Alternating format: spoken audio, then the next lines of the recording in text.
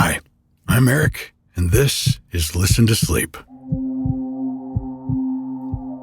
This week's story is by request for Natalia in Poland.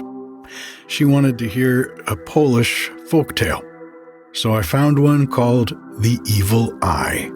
It's a little strange and a little sweet. I hope you like it. If you'd like to request something, get in touch. My Twitter is @ListenToSleep, Instagram @ListenToSleep, email Eric@ListenToSleep. That's ERIK @ListenToSleep. There was, once upon a time, a rich gentleman who lived in a fine house on the banks of the Vishula. All the windows in the house looked toward the river. None looked towards the wide sweep of country around. The path under the poplars which led up to the house was overgrown with grass and weeds, and showed plainly enough that none of the neighbors visited there, and that very little of the old hospitality was to be experienced there. The gentleman who owned the house had lived there for 7 years, and had come from some far-off place. The peasants knew little about him, and they avoided him with fear and trembling, for there were terrible tales about him. The gentleman was born on the banks of the river Sow, and his parents had been rich.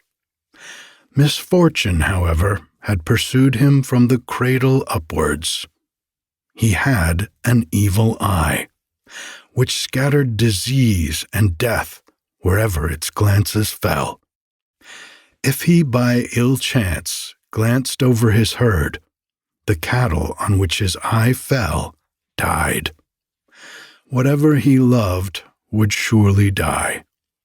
His own parents, to complete the son's sorrow, perished, and the man with the evil eye, as he came to be called in his birthplace, where the evil eye had caused so much mischief, sold everything he had and set off to the banks of the Vishula, where he bought the fine house. He kept no folk about him, save one old manservant, who had nursed him in his arms when he was a young boy, and on whom the evil eye of his master had no effect. The unlucky man seldom went out of his house, for he knew that his glance brought misfortune, disease, and death on what it lighted on. When he did go out in his carriage, his old servant sat beside him and told him when they were coming to a man, a village, or a town. Then the miserable man would either cover his eyes with his hands or cast down his glances on the floor of his carriage, where he always had a bundle of pea stalks at his feet. For when the evil eye is directed to a bundle of pea stalks, it does no damage, but merely dries up the stalks. So it was that he had all the windows of his fine house made to look over the Vishula.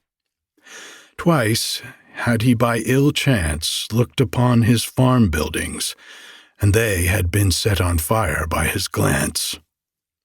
In spite of all his care, the sailors cursed him, and pointed with fear to the wide windows of his beautiful house, out of which he scattered destruction amongst them, the stream rushing on fast in the channel, and bringing many a ship to ground opposite the White House, as the place was called. One boatman determined to see the man. He jumped into his boat and set off to the house. When he arrived there, he asked to see the master. The old servant, fearful of the consequences, led him into the room. His master was dining, and being put out that he should be interrupted at his meal, he frowned upon the stranger. Immediately, a fever took the sailor, and he sank down on the floor at the door. The old servant, at the command of his master, took the man to his boat, gave him some money, and rowed him back to the other side of the river. The poor sailor was ill for a long time, and when he regained his strength, he gave such a terrible account of the White House and of its master as greatly increased the fear of his comrades.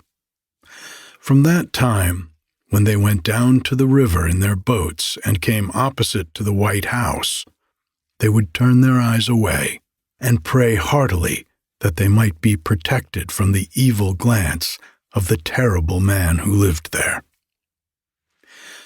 3 years had passed, and the White House was still the dread of the neighbors and the terror of the sailors. No one came to see the much-feared man, and he lived solitary and miserable. The next winter was very severe. The wolves, coming together, howled with hunger around the house, and the master sat by the hearth, on which burned a large fire, and sorrowfully turned over the leaves of a large book. The old servant had secured all the doors, and sat at the other side of the room warming himself, and busied in mending a fishing net. "Stanislaus," said his master, "have you caught any fish?" "Not many, master, but as many as we too shall want." "That is true," said his master. "Although so many years have passed, we are but two. Oh, unlucky hour in which I was born! Here I am alone, and all men fly from me as if I were a monster." And the tears fell in a torrent from his unfortunate eyes. All of a sudden, they heard a voice crying for help. The master started. It was a long time since he had heard a strange voice. The old servant rushed out, and his master followed him with the light in his hand. Before the door stood a covered sledge, and by it was an old man who called for help. As soon as the stranger saw the two men coming to him, he lifted his wife, who had fainted, out of the sledge, and the old servant helped the terrified daughter, a beautiful girl, to alight. They put on more wood and brought the fainted lady round, and the master of the house, pleased to be able to show hospitality, went and fetched some old wine in order to drink to the stranger's health. The old servant laughed to himself as he marked his master's joyful face. The strange guests, cheered by the wine, told how they had lost their way, how they had fallen in with a pack of hungry wolves, and how their fleet horse had carried them to the White House. Towards night, the luggage was taken out of the sledge, and the wearied travelers retired to rest in warm, comfortable chambers. All was still in the White House, save that the fire now and then sent forth a glimmering flame. It was within an hour of midnight, and the old servant was asleep by the fireside, when the door of his master's bedchamber opened, and the unhappy man trod lightly into the hall. The old servant, wondering whether he was dreaming, rubbed his eyes and said, "What? Cannot my master sleep?" "Be quiet, old friend," said his master in a joyful voice. "I cannot sleep, and I do not wish to sleep when I am so happy as I now am." And he sat down in a big armchair by the fireside, smiled, and commenced to weep. "Weep, poor master, weep," said Stanislaus to himself. "Maybe you may weep your evil eyes away." "Would that God would give me what I now wish," said his master. and I would ask for nothing more in the world.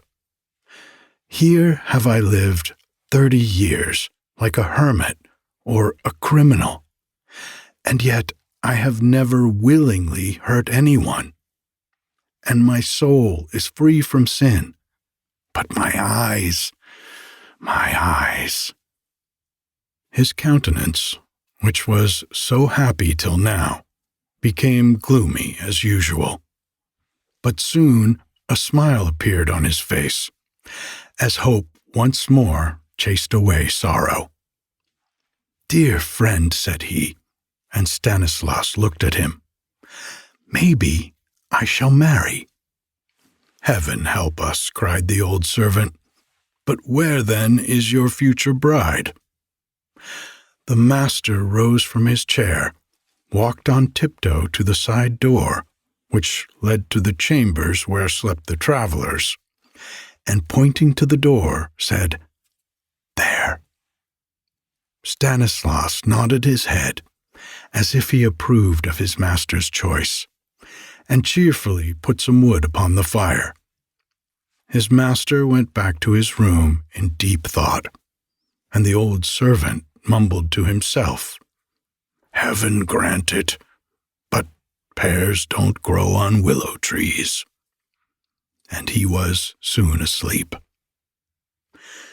On the following morning, the traveler rose rested and refreshed, but he was not able to continue his journey in consequence of the illness of his wife. The master of the house was pleased when he heard that the strangers must pass some more days in his house, and old Stanislaus began almost to think that the pears might grow on the willows after all. The stranger was not exactly a rich man, but he had enough, was deemed an honest man, and lived honorably. He was much pleased with his friendly host, and as he was one day talking to his wife, who had much improved in her health, he said, "Margaret, it strikes me that our host is in love with our daughter Mary, and from what I can see, I think she does not dislike him. I cannot but be pleased with it." "Oh," said his wife, "you only imagine it." But she was secretly pleased that her husband had no objection to what she had herself very much wished. "The man is not poor. He has lived here a long time. He has proved himself a gentleman," went on the husband, walking up and down the room. "And our daughter is old enough to be married and take on her the cares of a household." In the evening, the husband, having partaken of the host's good wine, stroked his gray mustache with satisfaction, and listened with joy when the master of the house asked for his daughter's hand. "My brother," said he after a short pause, "I am pleased with you, and since you ask no dowry with my daughter, and you have enough to live upon, she shall be your wife." 3 months later, the terrible man took his wife home. The grass and weeds were cleared from the avenue of poplars, and many horses and carriages passed along it to and fro, as relations and friends of the beautiful bride came in troops to the wedding at the White House. In a few days, however, all was still again, and fresh grass and weeds began to grow in the avenue under the poplars. The winter was at hand, and the inmates of the White House only numbered one more, the mistress of the house. Most of the servants whom the master had engaged ran away at once, as soon as they heard he had an evil eye, and those who stayed a while, having been taken ill, soon left the house also. The young, beautiful wife lay ill upon her rich bed. Near her was her husband, who, with averted eyes, pressed her cold hand. The poor wife knew well how terrible was her husband's glance. She knew that through it her suffering and sorrow were increased. But still, in her love for the sorrowing man, she asked him to look upon her once more. "My Mary," said the wretched man with a deep sigh, "I shall never be happy with you so long as I have my eyes. Cut them out, then. Here is a sharp knife, and at your hand it will cause me no pain." The poor wife shuddered at this terrible proposal, and the wretched man sank from his chair to the floor and commenced to weep bitterly. "Of what use is this gift of heaven to me?" cried he. "Of what use is it to me to possess the pleasures men have in sight, when my eyes scatter destruction and ruin around? You are ill, my Mary. Why, a tree itself would wither when I cast my glance upon it in an evil hour. Take courage, though. Upon our child these eyes shall never look. Him they shall never harm, and he shall not have reason to curse his father." A groan was the only answer of the sick wife. The master called in a servant and left the room. All at once 2 different cries were heard from the 2 opposite sides of the White House.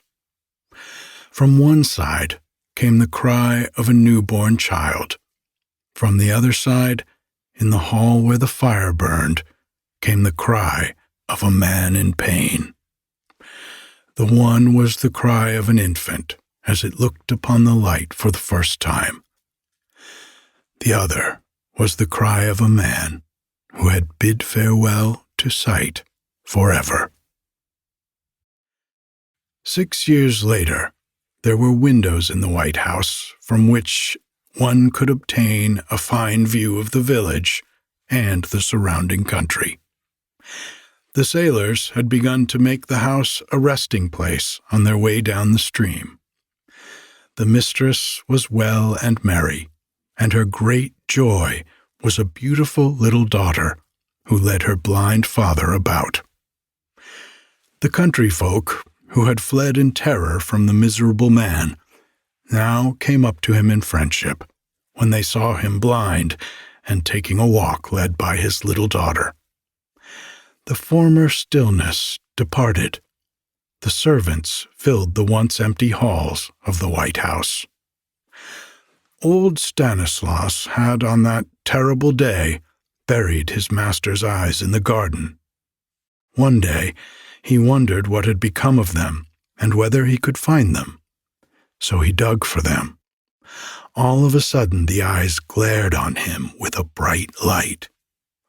Hardly had the glance fallen on his face when he stumbled and, falling to the ground, died. That was the first time the evil eyes had done him hurt, and it was the last time their power was exerted.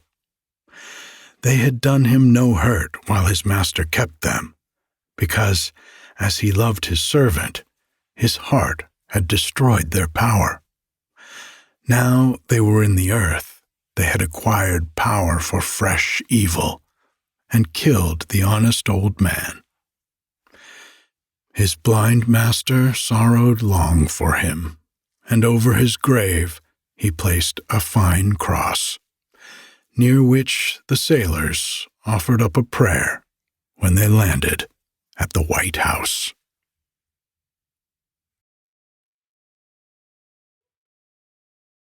Good night.